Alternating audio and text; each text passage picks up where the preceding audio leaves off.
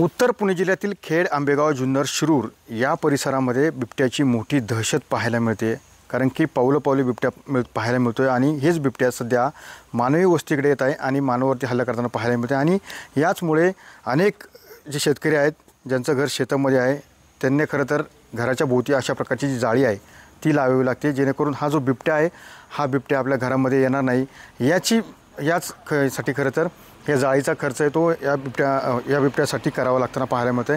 अनेक शेतकऱ्यांना सध्या हा नाहक खर्च घराभोवती करतानाचं चित्र आपण या ठिकाणी पाहतो. कारण की बिबट्यांची संख्यासुद्धा मोठ्या प्रमाणामध्ये आहे आणि जे घर आहे ते सुद्धा ऊसाच्या लगत असल्याने आणि या ऊस क्षेत्रामध्ये बिबट्यांचा वास्तव मोठ्या प्रमाणामध्ये आहे. बिबट्या याच ऊस क्षेत्रामध्ये राहत असतो आणि यामुळे अनेक शेतकऱ्यांना सध्या आपल्या घराभोवती अधिकचा खर्च करून अशा प्रकारच्या जे कंपाऊंड आहे ते कंपाऊंड खर्च करावं लागते. वॉल कंपाऊंड करण्यासाठी मोठा खर्च असतो, त्यामुळे आता सध्या तारेचं कंपाऊंड करण्यात येते. मात्र ज्यांची परिस्थिती नाही मात्र ते करत नाही आहेत. आपल्यासोबत नागरिक आहे. खरं तर घर बांधताय तुम्ही, घर बांधताना अशा प्रकारच्या जाळ्या लावण्यासाठी कशासाठी ह्या जाळ्या लावल्या जातात? ह्या जाळ्या आहे ना, बिबट्याचा उपद्रव इथं लई आहे, त्याच्यामुळे ह्या जाळ्या लावाव्या लागतात.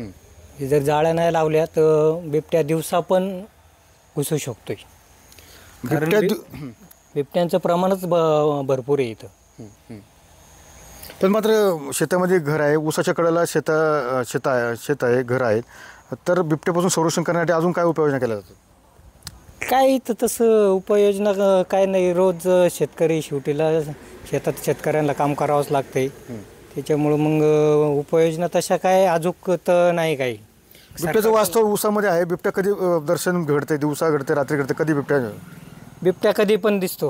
सकाळ, संध्याकाळ, दुपार, रात्री कधी पण दिसतो. त्याच्यामुळे त्याचं ऊसामुळं तो कुठं पण असतो. नक्कीच ज्या पद्धतीने पाहिलं की खरं तर ऊस प्रवचन क्षेत्र आहे आणि याच ठिकाणी अनेक शेतकऱ्यांची जी घरं आहेत ती शेतामध्ये आहेत आणि त्यामुळे ऊसाच्या शेतामध्ये बिबट्या मोठ्या प्रमाणामध्ये असल्याने शेतकऱ्यांना अधिकचा खर्च करून अशा प्रकारची जी जाळी आहे ती या ठिकाणी लावावी लागते.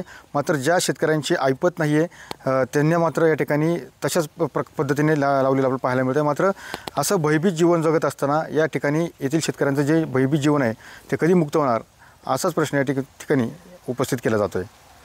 कारण अभिषेक समी सुलगडे, TV9 मराठी, शिरूर, पुणे.